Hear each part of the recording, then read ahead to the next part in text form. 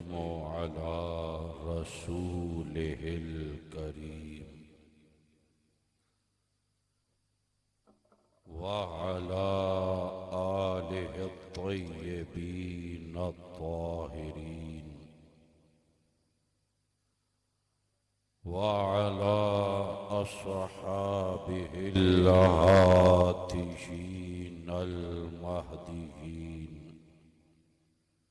أما بعد، فأعوذ بالله من الشيطان الرجيم. بسم الله الرحمن الرحيم. وكلا وعد الله الحسنى والله بما تعملون خبير. صدق الله مولانا العظيم وصدق رسوله النبي الكريم الأمين. والحمد لله رب العالمين.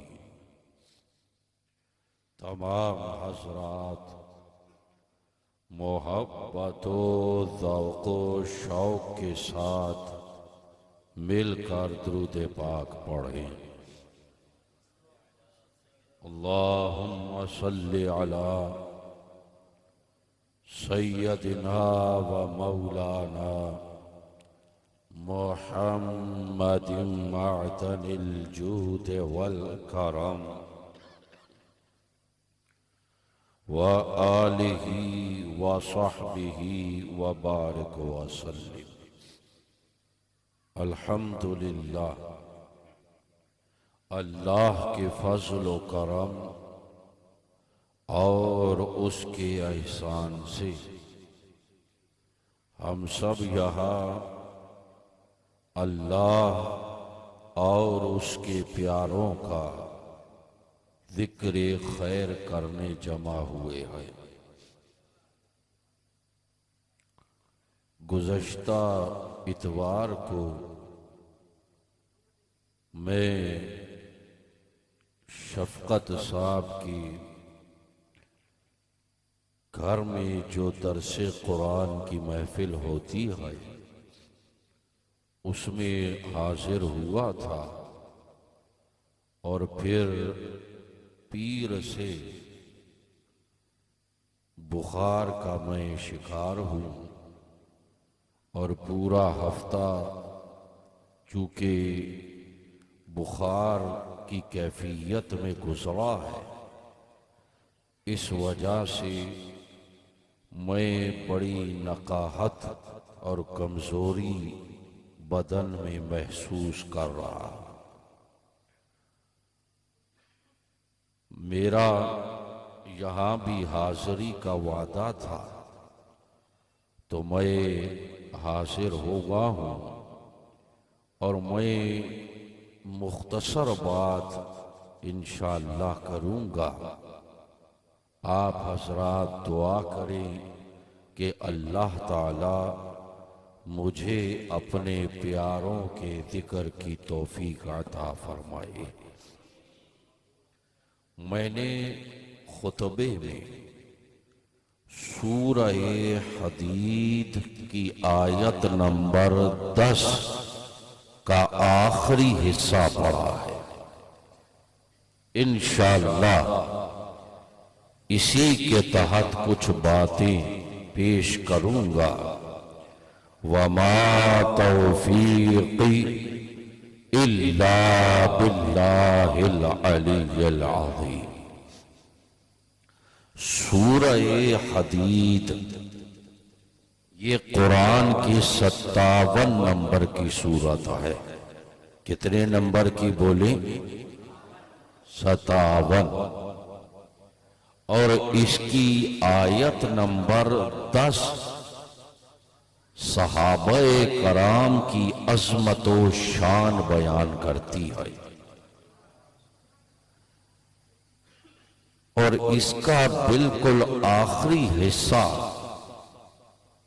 اس میں اللہ فرماتا ہے وَكُلًّا، یہ کل کا لفظ آپ تمام حضرات سن بھی رہے ہیں اور جانتے بھی ہیں کہ کل سارے کے سارے کو کہا جاتا ہے۔ اللہ فرماتا ہے وَكُلًّا وَعَدَ اللَّهُ الْحُسْنَى، اللہ نے سارے صحابہ سے جنت کا وعدہ فرما لیا ہے۔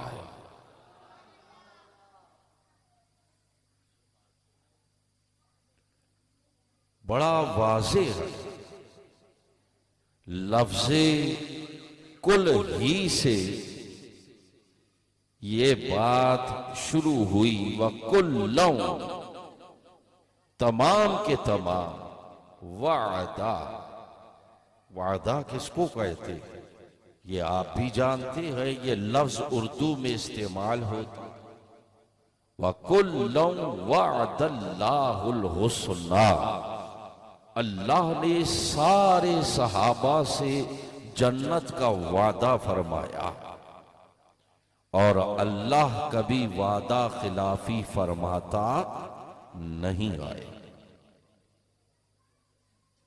اور پھر آگے جو بات ہے وہ زیادہ نکتے والی ہے، فرمایا واللہ بما تعملون خبیر، اے صحابہ اللہ کو تمہارے اعمال کی خبر ہے، اللہ کو تمہارے اعمال کی خبر ہے، یعنی اللہ کو خبر ہے کہ صحابہ میں اختلاف ہوگا،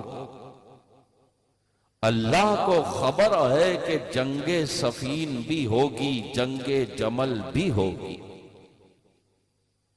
اللہ جانتا ہے کہ اختلافات ہوں گے، مشاجرات ہوں گے، اور اس تمام خبر کے باوجود اللہ فرماتا ہے کہ سارے صحابہ سے جنت کا وعدہ ہے۔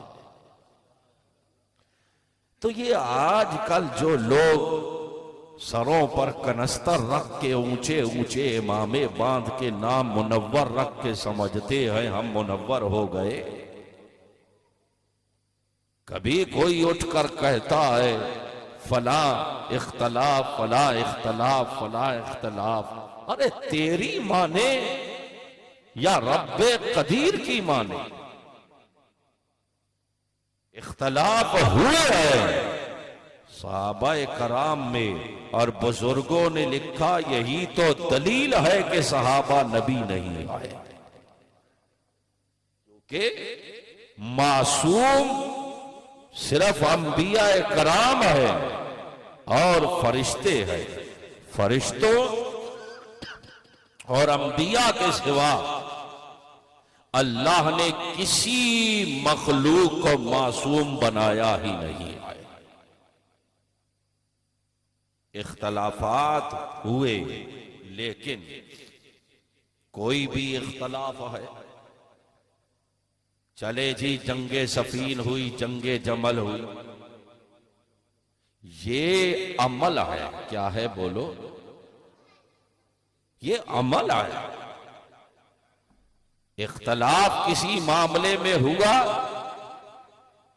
عمل ہے، اور اصول کی بات یہ ہے کہ صحابیت کا مرتبہ بوجہ عمل ہے ہی نہیں، کوئی عمل سے صحابی نہیں بن سکتا، چاہے کتنا تقوی اختیار کرے، کتنی ریاضت کرے، کتنے مجاہدے کرے، چاہے 70 سال کعبے کے پھیرے لگاتا رہے، چاہے 70 سال مقام ابراہیم پر سجدے کرتا رہے، چاہے ساری زندگی راتوں کو اٹھ کر عبادت کرتا رہے، دن میں روزے رکھتا رہے، ارے جب سے پیدا ہوا مرنے تک سجدے میں رہے، چاہے جب سے پیدا ہوا مرنے تک کعبے کا دیدار کرتا رہے، صحابی نہیں بن سکتا، کیونکہ صحابیت عمل سے نہیں ہے، یہ کعبے کے پیروں سے صحابی نہیں بنتا، کعبے کے دیدار سے صحابی بنتا۔ صحابی صحبت مصطفیٰ سے ہے، تو صحابہ کی بارگاہ میں آ کر عمل کی بحث کرنا ہی بے سود آئے۔ حدیث کے مطابق اگر کوئی شخص ساری دنیا خیرات کر دے یا احد پہاڑ جتنا سونا خیرات کر دے، اور صحابی اس کے مقابلے میں تقریباً 2.25 سیر گندم یا جو اللہ کی راہ میں خیرات کر دے، اس کے احد پہاڑ کے سونے سے زیادہ ان کا یہ گندم خیرات کرنا ہو جاتا ہے۔ کیا وجہ ہے اس کی؟ کیوں یہ مرتبہ؟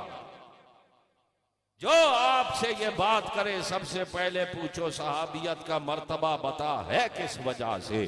صحابیت کا مرتبہ اعمال کی وجہ سے ہے ہی نہیں، صحابیت کا مرتبہ آمنہ کے لال کے قدموں میں بیٹھنے کی وجہ سے ہے۔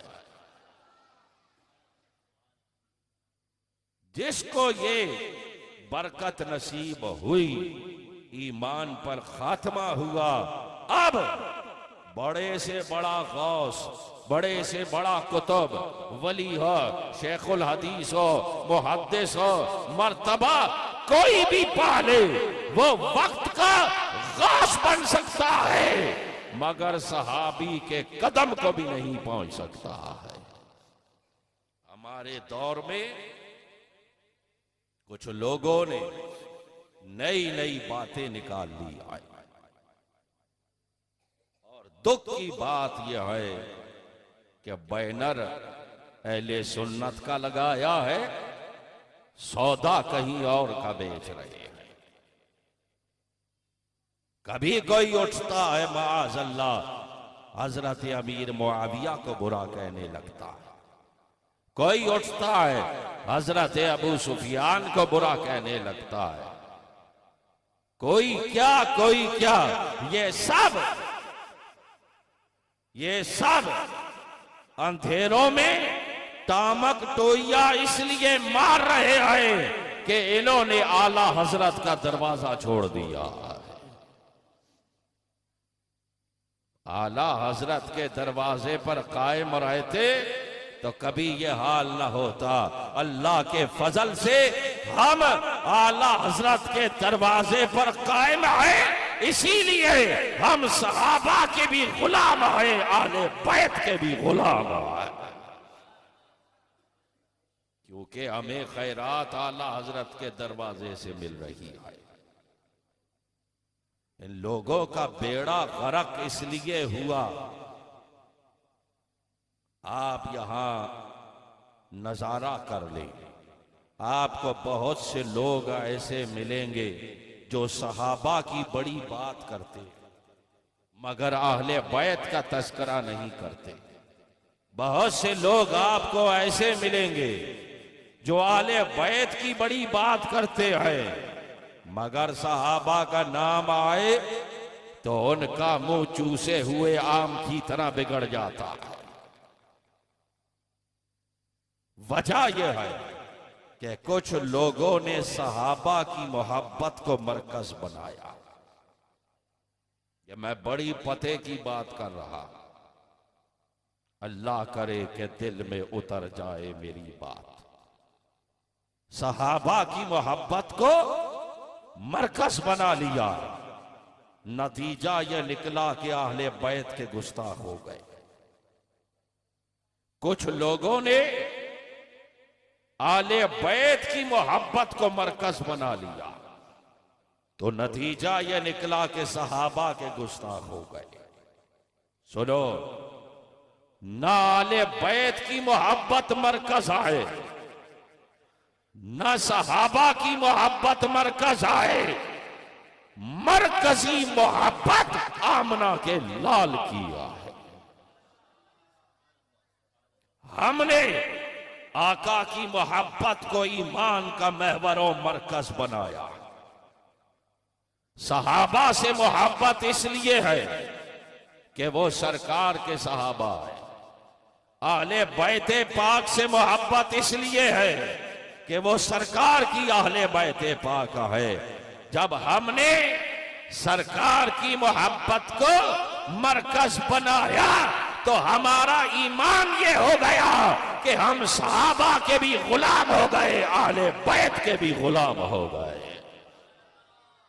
میرے اعلیٰ حضرت امام اہل سنت مجدد دین و ملت نائب غوث اعظم مرشد اہل سنت الشاہ احمد رضا خان علیہ رحمت الرحمن نے ہمیں سکھایا ہی یہی ہے کہ نجات کا راستہ یہ ہے کہ ایک ہاتھ میں دامن اہل بیت ہو، ایک ہاتھ میں دامن صحابہ، ایک ہاتھ میں دامن اہل بیت ہو، ایک ہاتھ میں دامن صحابہ، اور نظر سیدھی مدینے کی جانب ہو۔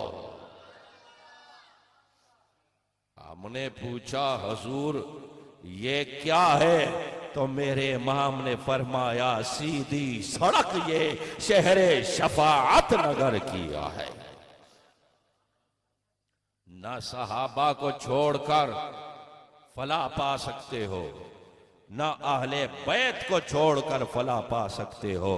اور میں یہ کہا کرتا ہوں صحابہ کرام علیہم الرضوان اور اہل بیت پاک علیہم الرضوان یہ دونوں نور کی دو ایسی نہریں ہیں جو ایک ہی سمندر نور میرے مصطفیٰ کے قدموں سے چل رہی ہے۔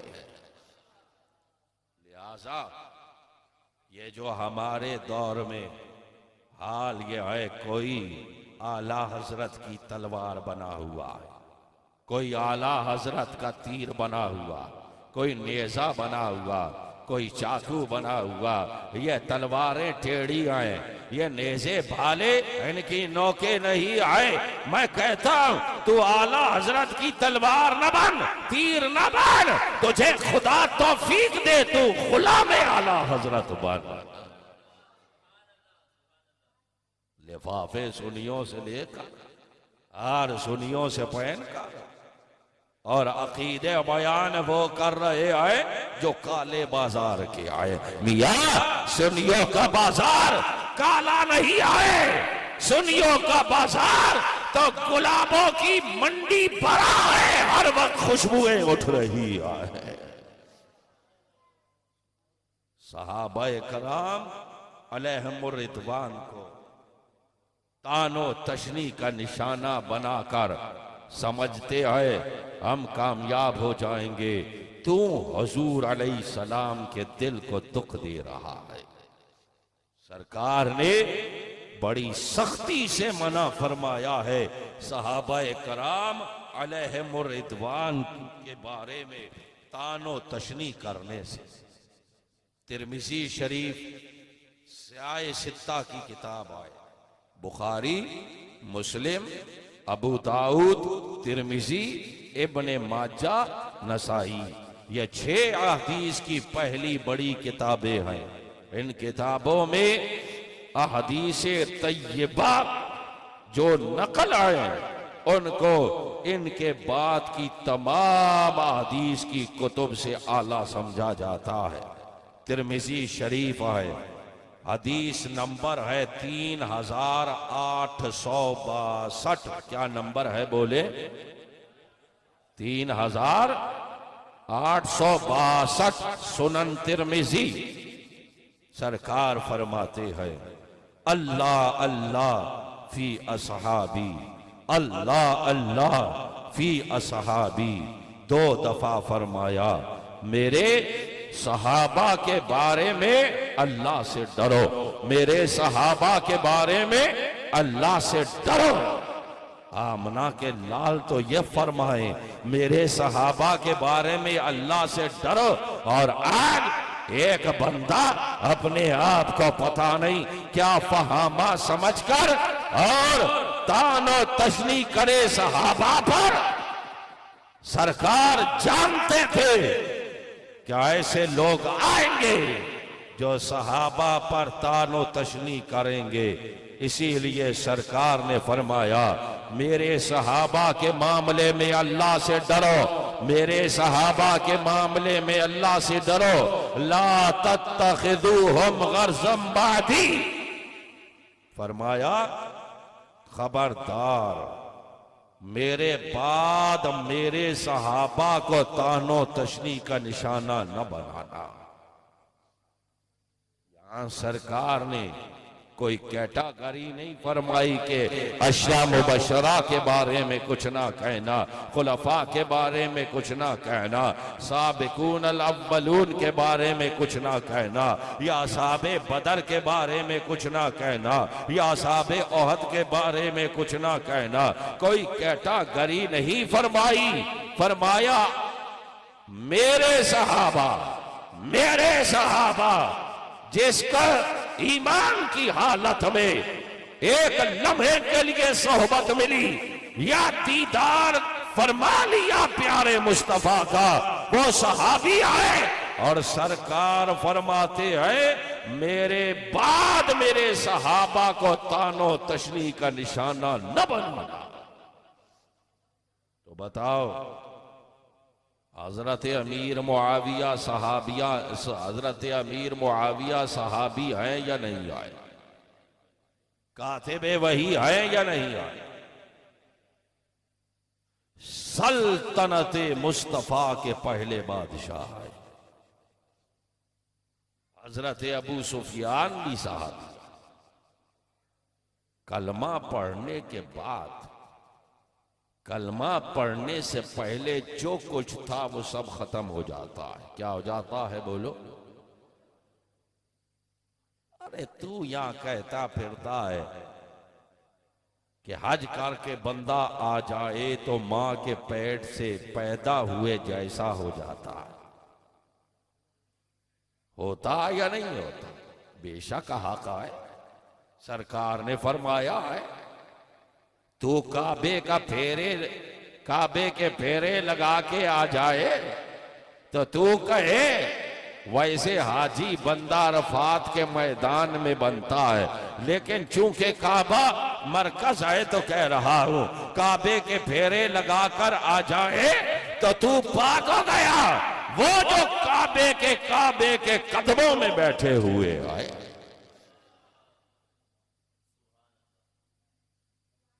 جو بھی شخص کسی بھی صحابی کے بارے میں کوئی بات کرے تو یہ نہ دیکھو کہ جبہ کتنا لمبا پہنا ہے، داڑھی کتنی لمبی رکھی ہے، امامہ کتنا اونچا باندھتا ہے، یہ دیکھو کہ تیری شیخ الحدیثی، تیری ساری تعلیم اور تیرا سارا علم تو اپنے پاس رکھ، تو بات اس کی کر رہا ہے جو میرے سرکار کے قدموں میں تشریف فرما ہے۔ سرکار نے منع فرمایا لا تتخذوہم غرضا بعدی، پھر فرمایا فمن احبہم، یہ وہی حدیث ہے ترمذی 3862، فمن احبہم فبحبی احبہم، سرکار نے فرمایا جو میرے صحابہ سے محبت کرے گا وہ میری محبت کی وجہ سے محبت کرے گا۔ جو صحابہ کا دیوانہ ہے یہ تو دلیل ہے کہ وہ عاشق مصطفیٰ ہے۔ فرمایا وَمَنْ أَبْغَضَهُمْ فَبِبُغْضِي أَبْغَضَهُمْ، جو میرے صحابہ سے بغض رکھے گا وہ میرے بغض کی وجہ سے بغض رکھے گا۔ اور آگے فرمایا وَمَنْ آذَاهُمْ فَقَدْ آذَانِي، جس نے میرے صحابہ کو تکلیف پہنچائی، آقا فرماتے ہیں اس نے مجھے تکلیف پہنچائی۔ وَمَنْ آذَانِي فَقَدْ آذَى اللَّهَ، اور فرمایا جس نے مجھے تکلیف پہنچائی اس نے اللہ کو اذیت پہنچائی۔ وَمَنْ آذَى اللَّهَ، اور فرمایا جس نے اللہ کو اذیت پہنچائی، یوشک ان یاخذہ، بڑا قریب ہے کہ اللہ اس کی گرفت فرما لے گا۔ سرکار نے صحابہ کرام کے بارے میں طعن و تشنیع کرنے، کوئی بری بات دل میں لانے سے منع فرمایا ہے۔ اسی لیے اہل سنت کا عقیدہ ہے کہ ہر صحابی نبی جنتی جنتی، اور یہ وہی آیت ہے جو میں نے پڑھی، وَكُلًّا وَعَدَ اللَّهُ الْحُسْنَى، اللہ نے سارے صحابہ سے جنت کا وعدہ فرما لیا۔ اور حضرت امیر المؤمنین، اصدق الصادقین، اشجع الاشجعین،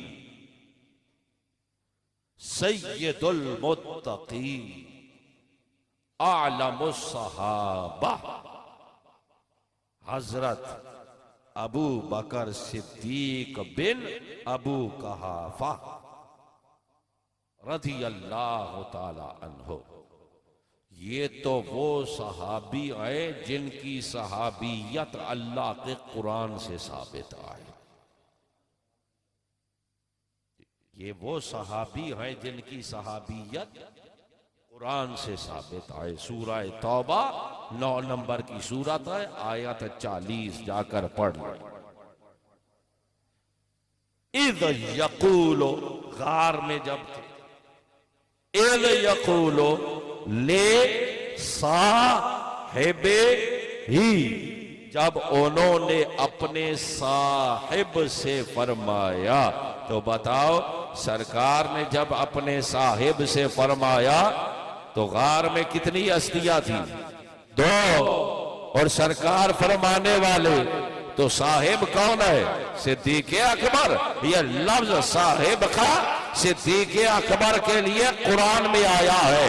اذ یقول لصاحب ہی، اسی صاحب سے تو صحابیت ہے۔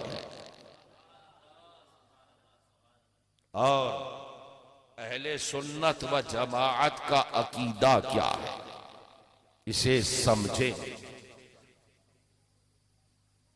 کہ حضرت مولا مشکل کشا علی المرتضی کرم اللہ تعالی وجہ الکریم کی شان بہت بلند ہے۔ بولو شان بہت بلند ہے،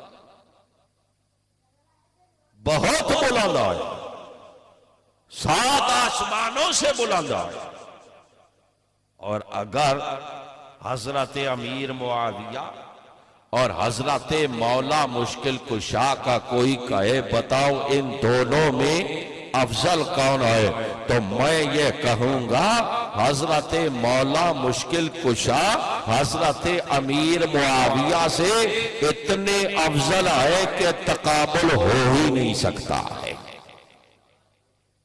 یا یوں کہیے کہ حضرت امیر معاویہ سے حضرت مولا مشکل کشا اتنے افضل ہے، اتنے افضل ہے، اتنے افضل ہے، اتنے افضل ہے، اتنے افضل ہے، اتنے افضل ہے، اتنے افضل ہے، اتنے افضل ہے، اتنے افضل ہے، میری ساری نسلیں ساری زندگی کہتی رہے افضل ہے، افضل ہے، افضل ہے، مولا مشکل کشا اس سے بھی زیادہ افضل ہے۔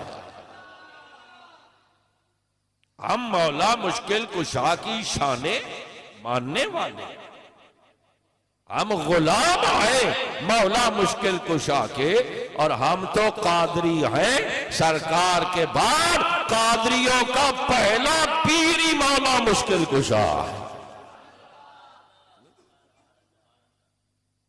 لیکن عقیدہ اہل سنت یہ ہے کہ یہ بھی یاد رکھیں کہ حضرت امیر المؤمنین ذو النورین عثمان غنی رضی اللہ تعالیٰ عنہ مولا مشکل کشا سے بھی افضل ہے، اور حضرت فاروق اعظم رضی اللہ تعالی عنہ مولا مشکل کشا اور حضرت عثمان غنی دونوں سے افضل آئے، اور حضرت صدیق اکبر رضی اللہ تعالی عنہ مولا مشکل کشا حضرت عثمان غنی حضرت فاروق اعظم تینوں سے افضل ہے۔ یہ ہمارا عقیدہ و نظریہ ہے، یہ آج کی بات نہیں ہے، یہ سرکار نے سکھایا ہے، یہی صحابہ نے بتایا ہے۔ جو خلافت کی ترتیب ہے وہی ترتیب افضلیت ہے، لیکن یہاں یہ بات میں نے کہی تو مسئلہ بھی سمجھ لے، افضلیت کی ترتیب، میں کیا کہہ رہا ہوں، بڑی نازک بات ہے، افضلیت کی ترتیب خلافت کی وجہ سے نہیں ہے۔ غور کریں میری بات پر، افضلیت کی ترتیب خلافت کی وجہ سے نہیں کہ صدیق اکبر پہلے خلیفہ ہیں اسی لیے افضل ہیں سب سے، حضرت فاروق اعظم دوسرے خلیفہ ہیں اس لیے وہ دوسرے نمبر پر ہے، حضرت عثمان تیسرے خلیفہ ہیں اس لیے وہ تیسرے نمبر پر ہے، مولا مشکل کشا چوتھے خلیفہ ہے اس لیے چوتھے نمبر پر ہے۔ خلافت کی وجہ سے افضلیت نہیں ہے، بلکہ اس افضلیت کی ترتیب کی وجہ سے خلافت کی یہ ترتیب ہے۔ بات سمجھ رہے ہیں یا نہیں؟ جیسی افضلیت تھی ویسی خلافت ہے، یا نہیں کہ جیسی خلافت ہے ویسی افضلیت تھی۔ اس کے فروعات میں جائیں گے تو فرق محسوس ہوگا، لیکن بہرحال اتنی بات سمجھیں کہ یہ عقیدہ ہم نے جیب سے نہیں نکالا، بولو جیب سے، بخاری شریف کون سی کتاب؟ حدیث کی دنیا کی افضل ترین کتاب بخاری، حدیث نمبر ہے 3697۔ کیا نمبر ہے بولے؟ ایسے نہیں میں پڑھ گیا کہ بعد میں کوئی کہے پتہ نہیں کدھر سے پڑھ دیا، خدا تجھے توفیق دے، کھول کتاب پڑھ۔ عن ابن عمر رضی اللہ تعالیٰ عنہ، حضرت عبداللہ ابن عمر رضی اللہ تعالیٰ عنہ سے روایت ہے، وہ فرماتے ہیں، ذرا لفظ سننا حدیث کے، کننا فی زمن النبی، کننا فی زمن النبی، میں پھر پڑھتا، کننا فی زمن النبی، ہم نبی کے زمانے میں، یعنی جب سرکار دو عالم ظاہری حیات کے ساتھ مدینے میں جلوہ فرما دے، یوں تو سارا زمانہ ہی آمنہ کے لال کا ہے۔ یہ تو اسے سمجھ آئے جسے کوئی سمجھانے والا میرے امام جیسا ہو۔ زمین و زمان تمہارے لیے، مکین و مکان تمہارے لیے، چنین و چنا تمہارے لیے، بنے دو جہاں تمہارے لیے۔ فی زمن النبی، مطلب یہ کہ جب سرکار بنفس نفیس صحابہ کے درمیان مدینہ پاک میں جلوہ فرما تھے، فرماتے ہیں سرکار کے زمانے میں یعنی سرکار کے سامنے آگے کیا ہے؟ لا نعدل بے ابی بکر احدا، ہم صدیق اکبر کے برابر کسی کو سمجھتے ہی نہیں تھے۔ یہی عقیدہ ہمارے بزرگوں نے آپ کو سکھایا، لا نعدل بے ابی بکر احدا۔ آگے فرماتے ہیں ثم عمر، صدیق اکبر کے بعد کون؟ حضرت عمر۔ پھر فرماتے ہیں ثم عثمان، پھر حضرت عثمان غنی، یہی عقیدہ۔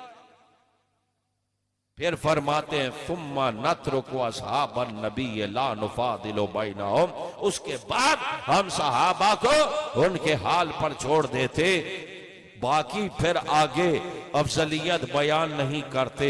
لیکن دیگر احادیث اور ساری اہل سنت کا یہ عقیدہ ہے کہ چوتھا نمبر مولا مشکل کشا کا ہے۔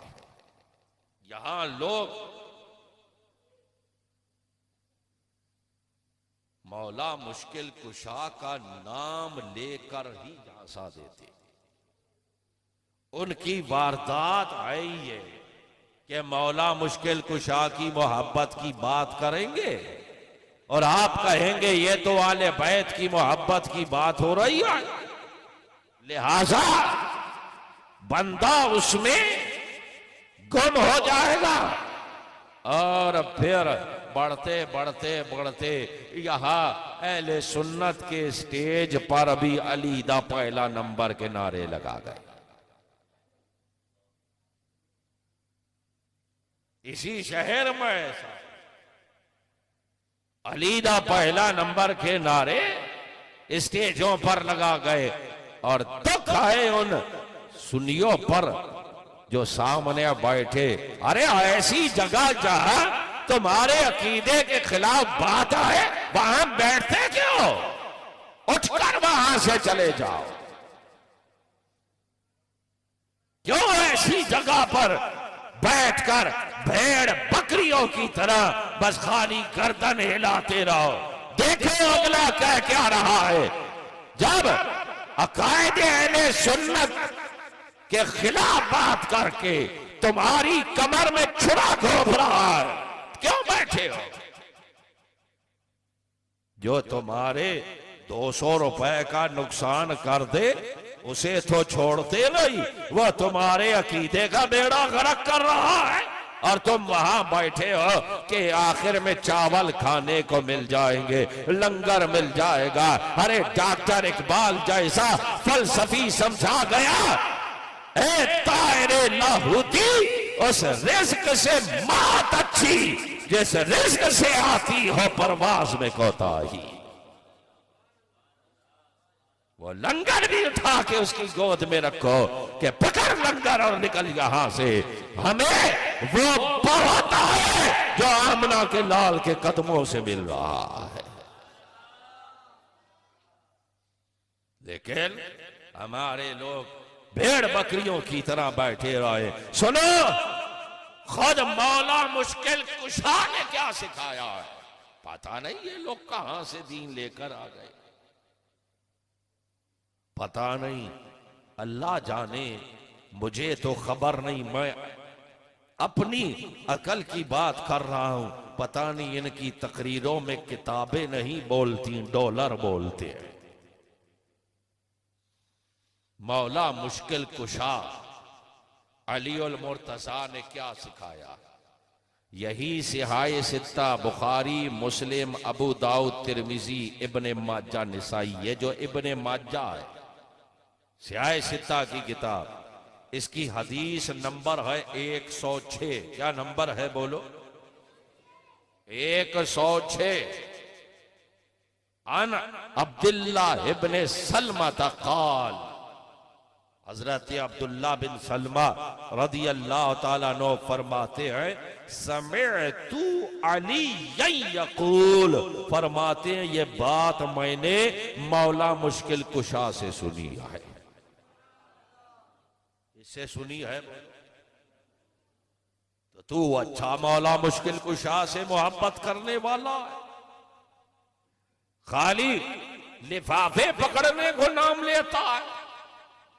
مولا مشکل کشا کو اگر مانتا ہے تو ہمارے جیسا مان، ہم مولا مشکل کشا کو بھی مانتے ہیں، مولا مشکل کشا کی بھی مانتے ہیں۔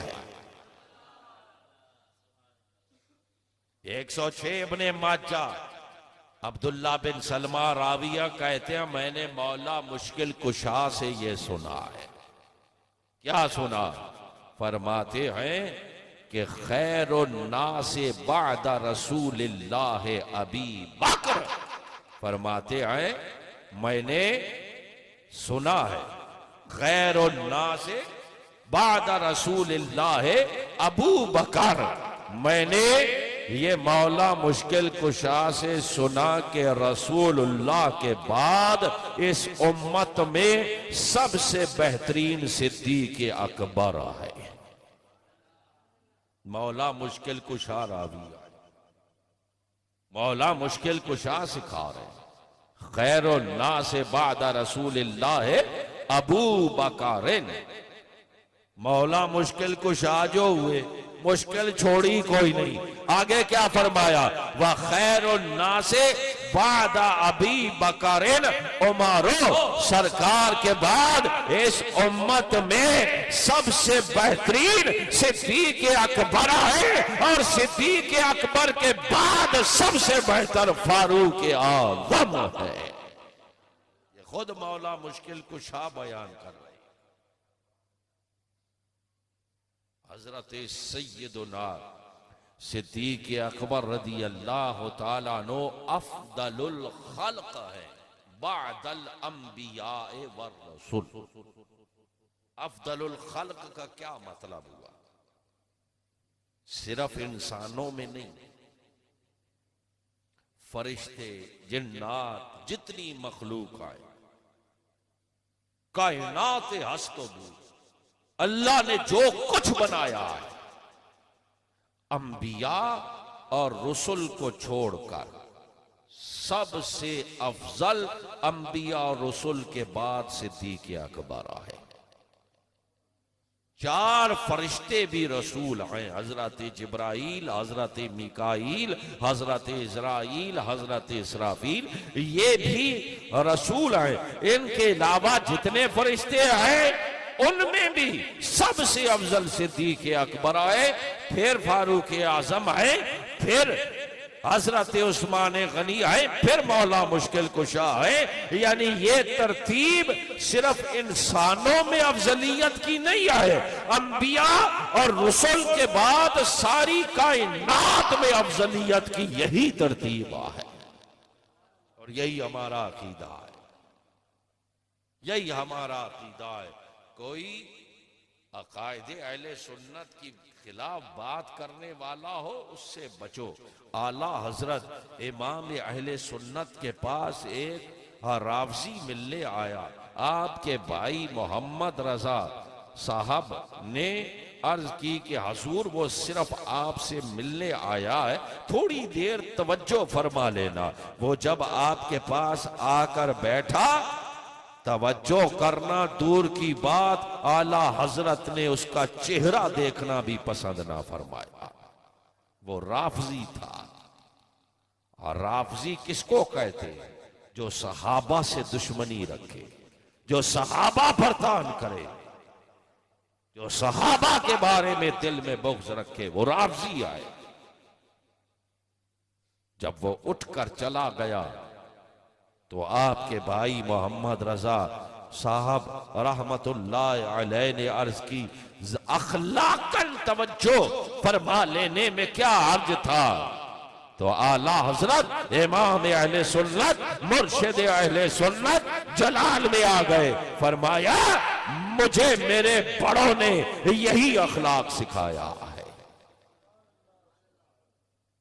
پھر آپ نے واقعہ سنایا کہ فاروق اعظم رضی اللہ تعالیٰ عنہ ایک دفعہ مسجد شریف سے باہر تشریف لائے، گھر کو جا رہے، ایک مسافر مل گیا، اس نے کہا بھوکا ہوں، آپ نے ساتھ لے لیا، اپنے گھر لے آئے، خادم کو بولا اسے کھانا دو، انہوں نے کھانا دیا، اب وہ سامنے بیٹھا کھانا کھا رہا ہے، فاروق اعظم کے گھر میں بیٹھا ہے، دوران گفتگو کچھ بد مذہبی کی بات اس کے منہ سے نکلی، فاروق اعظم نے خادم کو بلایا، کہا اٹھاؤ یہ کھانا، اٹھاؤ کھانا، لے جاؤ اسے، کھانا رکھوایا اور کہا اس کا کان پکڑو اور کان پکڑ کے میرے گھر سے باہر نکال دو۔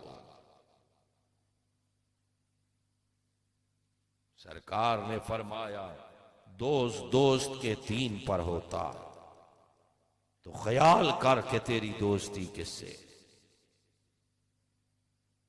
میں نے بتایا کہ بڑی نکاحت پا رہا ہوں، یہ آپ کی دعا ہے، اللہ کے کرم سے اتنا بول لیا۔ میں آخری بات آپ سے کروں، بات ختم کرتا۔ کوئی آپ کے سامنے کتنے بھی اختلافات لے کر آ جائے، ساری تاریخ ظنی ہے، بولو کیا ہے؟ ظنی ہے، گزرنے کے بعد لکھی گئی، لکھنے والے نے اپنی خبروں کے مطابق لکھا، لیکن اللہ کا قرآن قطعی ہے۔ جب اللہ قرآن میں فرما دے کہ رضی اللہ عنہم ورضوا عنہ، اللہ ان سے راضی ہو گیا، وہ اللہ سے راضی ہو گئے۔ تو بتاؤ اللہ کے قرآن کے سامنے تاریخ کی کیا حیثیت ہے؟ حضور کے ارشادات کے سامنے تاریخ کی کیا حیثیت؟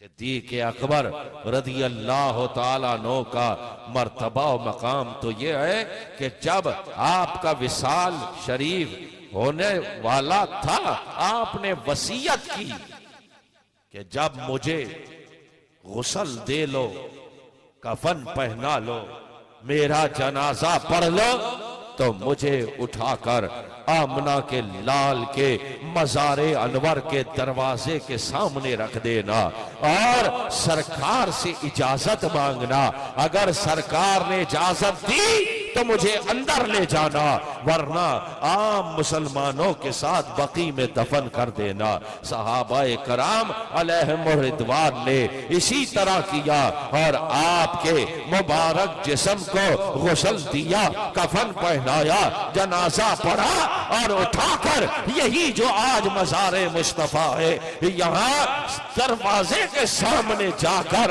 رکھا اور عرض کی یا رسول اللہ، یا رسول اللہ، ھذا ابو بکر بالباب، یا رسول اللہ دروازے پہ صدیق اکبر آیا ہے، ھذا ابو بکر بالباب، آقا دروازے پر صدیق اکبر حاضر ہے، کیا ہوا؟ فَإِذَا الْبَابُ قَدْ انْفَتَحَ، بس صحابہ نے عرض کی دروازہ خود ہی کھل جاتا ہے۔ وَإِذَا بِهَاتِفِ يَهْتِفُ مِنَ الْقَبْرِ، مزار انور سے صدا آتی ہے، ادخل الحبیب الی الحبیب، دوست کو دوست کے پاس داخل کر دو۔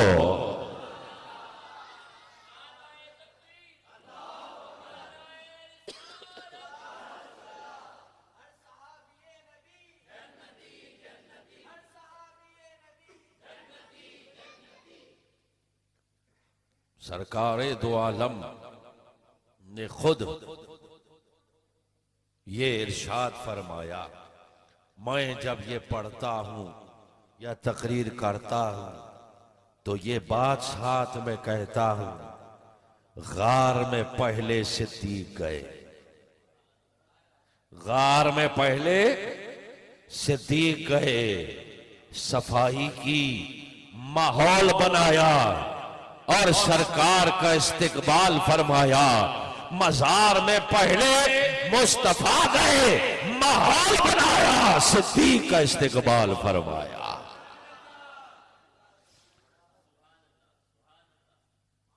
جن کو سرکار نے نہ بچپن میں جدا کیا، نہ جوانی میں جدا کیا، نہ سفر میں جدا کیا، نہ حضر میں جدا کیا، نہ جنگ میں جدا کیا، نہ امن میں جدا کیا، نہ مزار میں جدا کیا۔ اور حدیث ہے ہَٰذَا نُبْعَثُ یوم القیامہ، سرکار فرماتے ہیں مسجد میں تشریف لائے، ایک ہاتھ میں صدیق اکبر کا ہاتھ ہے، ایک ہاتھ میں فاروق اعظم کا ہاتھ ہے، قربان جاؤ آمنہ کے لال یہ ہاتھ پکڑ کے فرمایا، بغیر ہاتھ پکڑے بھی فرما سکتے تھے۔ یہ دکھا رہے ہیں جن کا ہاتھ آمنہ کے لال کے ہاتھ میں ہے، ان کی عظمت کا عالم کیا ہوگا۔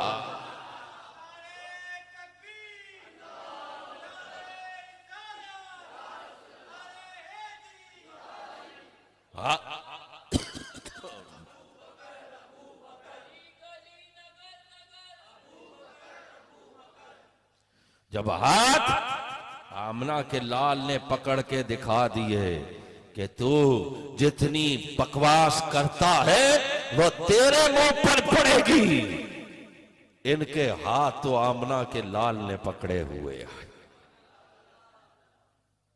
مسجد میں اس شان سے آئے، ایک طرف صدیق اکبر، ایک طرف فاروق اعظم، سرکار نے ہاتھ پکڑے ہوئے اور ارشاد فرمایا ہَٰذَا نُبْعَثُ یوم القیامہ، اے میرے امتیوں یاد رکھنا قیامت کے دن ہم اسی طرح اٹھیں گے۔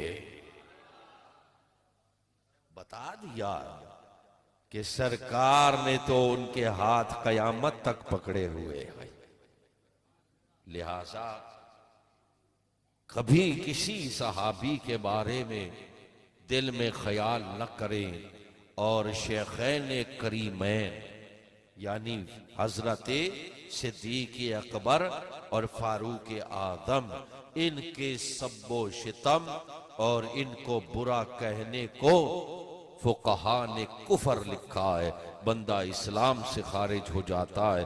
اللہ تعالی ہمیں صحابہ کرام کی بھی سچی محبت میں زندہ رکھے، آل بیت کی بھی سچی محبت میں زندہ رکھے، اور انہی پیاروں کی سچی محبت میں مرنا اور اٹھنا نصیب فرمائے۔ یہ مسجد شریف، کیا نام ہے مسجد کا؟ جامعہ مسجد رحمانیہ۔ یہ مسجد شریف آپ کے سامنے ہے، اور بہت خستہ حالت ہے۔ مجھے شفقت صاحب نے بتایا کہ بارش میں اس کے چھت سے بھی پانی اندر آتا ہے، چادروں کی چھت ہے، ساتھ میں بھی بہت سارا حصہ مسجد کا موجود ہے، تو ظاہر ہے آپ کے علاقے کی مسجد ہے، آپ ہی نے اس کو تعمیر کرنا ہے، اور آپ ہی نے اس کی تعمیرات میں تعاون کرنا ہے۔ اب یہ نئی انتظامیہ یہاں پر کام کرنے کے لیے نئے جذبے سے کھڑی ہوئی ہے۔ مجھے کہا کہ آپ نام لے لیجئے گا، تو چیئرمین کمیٹی کے محمد شفقت علی صاحب ہیں، صدر رفیق علی صاحب، جنرل سیکریٹری واحد بیگ، جوائنٹ سیکریٹری عبد الرحیم، خزانچی ثاقب امیر۔ چلو شکر ہے تمہارا خزانچی پہلے سے امیر ہے۔ ممبر ہے محمد کاشف اور محمد زاہد۔ یہ نئی انتظامیہ یہاں کام کرنے کے، یہ میں نے جن کے نام لیے ہیں، ذرا تھوڑی دیر کے لیے چہرہ دکھا دیں سب کو، تو تاکہ علاقے کے لوگوں کو سمجھ آئے کہ یہ انتظامیہ کے افراد ہیں۔ ماشاءاللہ سارے ہی جوان ہیں، تکڑے ہیں، اور جذبہ بھی جوان اور تکڑا ہے۔ آپ لوگ یہ بات ذہن میں رکھیں کہ انتظامیہ کا مطلب ہوتا ہے کہ وہ انتظام کے لیے کوشش و کاوش کرنے کی ایک صورت بناتے رہتے ہیں، ورنہ مسجد میں ہر بندہ ہی خادم ہوتا ہے۔ یہ نہیں ہے کہ آپ نے دیکھا کہ نلکے سے پانی گر رہا ہے تو آپ نے کھڑے ہو کر 4 باتیں شروع کر دی۔ نہیں، طریقہ یہ ہوتا ہے تو بھی خادم ہے۔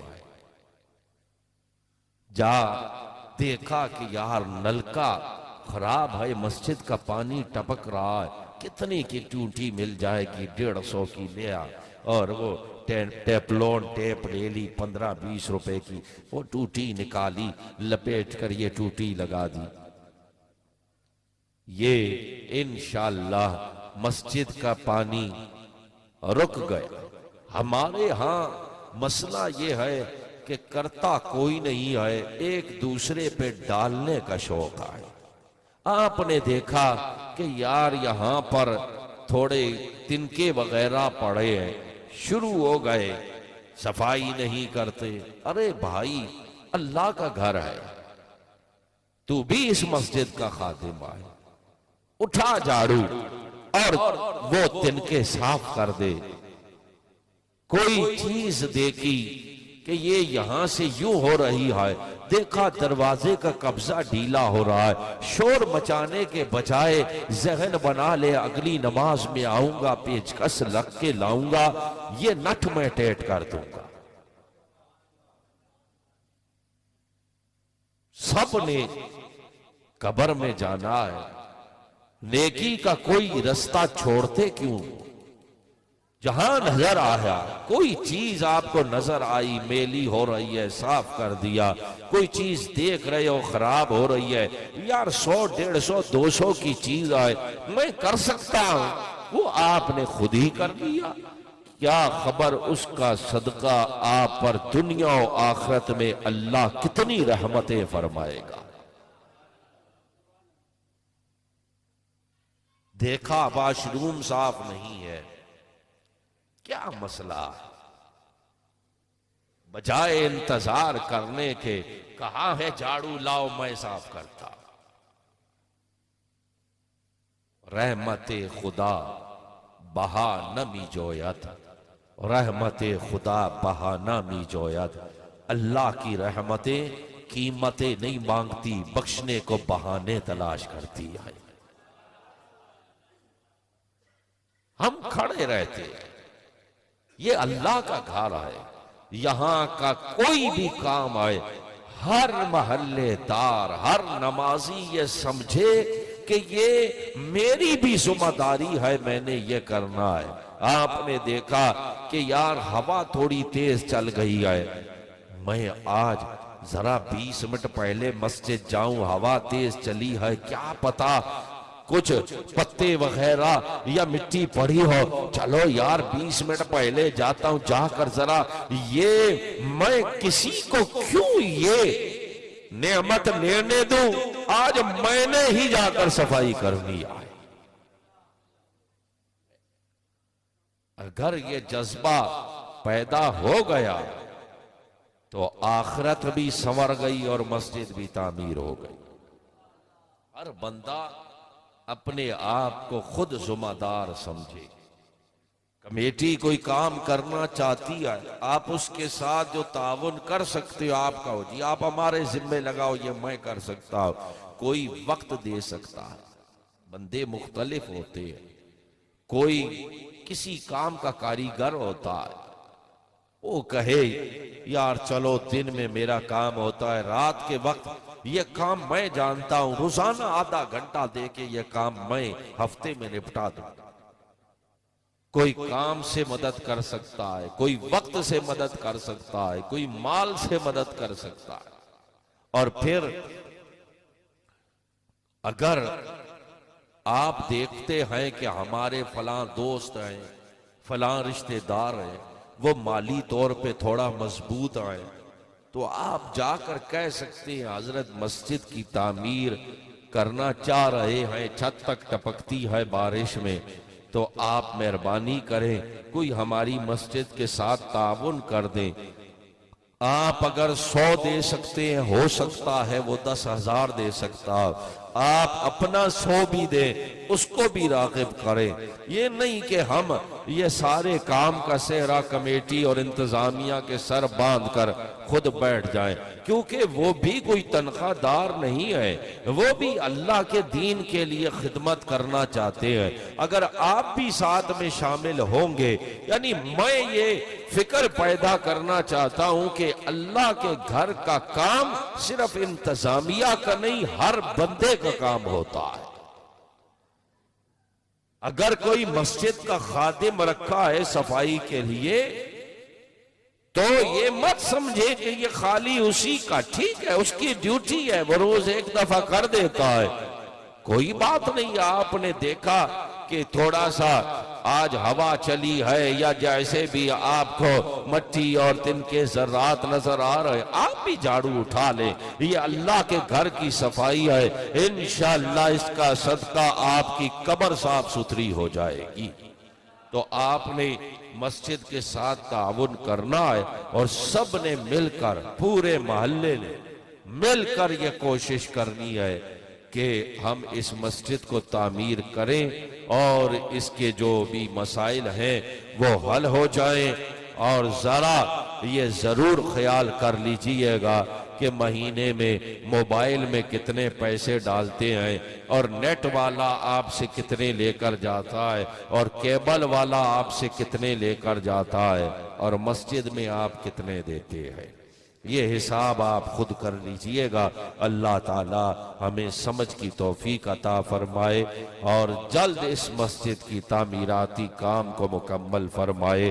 یہ نوجوان حضرات اور دیگر جو بھی افراد شفقت صاحب کے ساتھ شامل ہوئے، اس محفل پاک کو سجانے کے لیے کوشش کی، اللہ سب کی عزت و آبرو، جان و مال میں برکتیں، وسعتیں، عنایتیں، رحمتیں عطا فرمائے۔